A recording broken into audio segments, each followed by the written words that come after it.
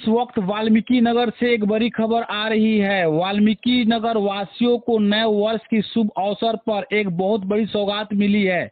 भारत नेपाल के बीच सुगमता पूर्वक व्यावसायिक वाहनों के आवागमन को लेकर सोमवार को भारत नेपाल सीमा के वाल्मीकि नगर में लैंड कस्टम स्टेशन की शुरुआत की गई।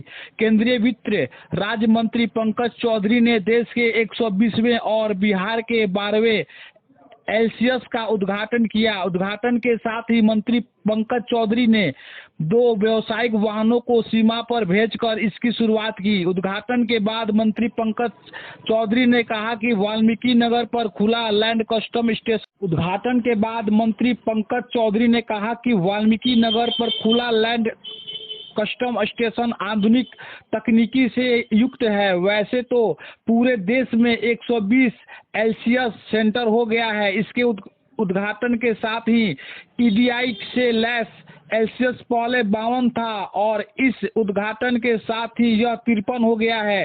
इसको लेकर वाल्मीकि नगर वासियों में खुशी की लहर। वाल्मीकि नगर एलसीएस के उद्घाटन के आज के अवसर पर मुझे बहुत ही हार्दिक प्रसन्नता हो रही है। वाल्मीकि नगर जो एलसीएस है वो एलसीएस की श्रृंखला में 120वां एलसीएस है जो सबसे आखिर में अभी इस्टेब्लिश हुआ है। और मुझे ये बड़ी प्रसन्नता के साथ कहना चाहता हूँ मैं कि ये एलसीएस कस्टम्स की जो ईडीआई प्रणाली है उससे सुसज्जित है और इस ईडीआई प्रणाली के सुसज्जित होने से इस एलसीएस का भरपूर प्रयोग हो सकेगा। ये एलसीएस नेपाल और भारत के बीच में आयात और निर्यात के लिए, इस क्षेत्र के आयात निर्यात के लिए बहुत ही कारगर साबित होगा। इस क्षेत्र के विकास के लिए इस एलसीएस की भूमिका काफ़ी अहम रहेगी और मुझे ये उम्मीद है कि भविष्य में इस एलसीएस का उपयोग भरपूर होगा और इस क्षेत्र में ये एलसीएस समृद्धि लाएगा। इस क्षेत्र के उद्योगों के लिए ये मील का पत्थर साबित होगा। ये सब सहमति बनती है बॉर्डर पे सुरक्षा को लेकर। कस्टम्स एक्ट के तहत जो भी कार्रवाई पूरी करनी होती है आयात और निर्यात के संदर्भ में, चाहे वो वस्तुओं का हो या यात्रियों का हो, वो पूरा करता है। एसएसपी का रोल बॉर्डर पे सिक्योरिटी प्रोवाइड करना है। उन्हें ये देखना है कि कोई भी चीज़ बॉर्डर क्रॉस ना कर सके कस्टम्स की क्लियरेंस के बिना। तो दोनों एजेंसीज के बीच में अच्छा सामंजस्य हमेशा से रहा है। दूसरे एलसीएस पे और इस एलसीएस पे भी अच्छा सामंजस्य रहेगा ताकि किसी भी तरह की कोई किसी को असुविधा ना हो।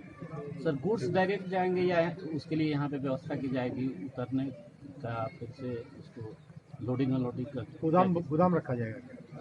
गुड्स का जो आयात और निर्यात नेपाल और भारत के बीच में होता है, जो व्यवस्था दूसरी एलसीएस पे है, सेम व्यवस्था इस एलसीएस पे भी रहेगी। इस पे कस्टम्स की तरफ से कोई उस पर कोई रोक टोक नहीं है। ये इस क्षेत्र पे कितना निर्यात और आयात की संभावनाएं हैं ये उस पर निर्भर करेगा। लिमिटेशन क्या कुछ है कि नहीं? कोई लिमिटेशन क्वांटिटी के ऊपर नहीं है, लेकिन इस क्षेत्र से इस आयात और निर्यात की कितनी संभावनाएं हैं इस पर डिपेंड करेगा कि कितना आयात और निर्यात इस एलसीएस के थ्रू होगा। और ये संभावनाएं समय के साथ साथ बदलती जाती हैं। समय ही बताएगा कि इस एलसीएस का कितना उपयोग आयात और निर्यात के लिए होगा। मैं चले जाता है सतीश दुबे जी को, जिन्होंने के अथक प्रयास से और हम लोगों ने उसमें डिपार्टमेंटल काम करके एलसीएस का यहाँ उद्घाटन किया गया और इससे मुझे लगता है कि भारत और नेपाल दोनों लोगों की जनता को इसका लाभ मिलेगा और व्यापार भी बढ़ेगा। इसके बारे में क्या कहना चाहेंगे, क्योंकि ओवरलोडेड सामान तो जा नहीं पाएगा? माननीय सांसद जी ने भी इस विषय को खुद भी रखा है, वो करेंगे उसमें जो हम लोग से संभव मदद होगा उसको वो मदद करके करा देगा। अगर इस कमजोर पड़ता है तो इसके लिए नया सिरा से काम करेंगे हम लोग। और 727 उत्तर प्रदेश से डायरेक्ट जुटे, इसके लिए भी वर्क करके इस कस्टम ऑफिस को बड़े पैमाना पे, इस तरफ बीरगंज चलता है, आपके बगल में उत्तर प्रदेश में चलता है, उस स्तर पे लाना है।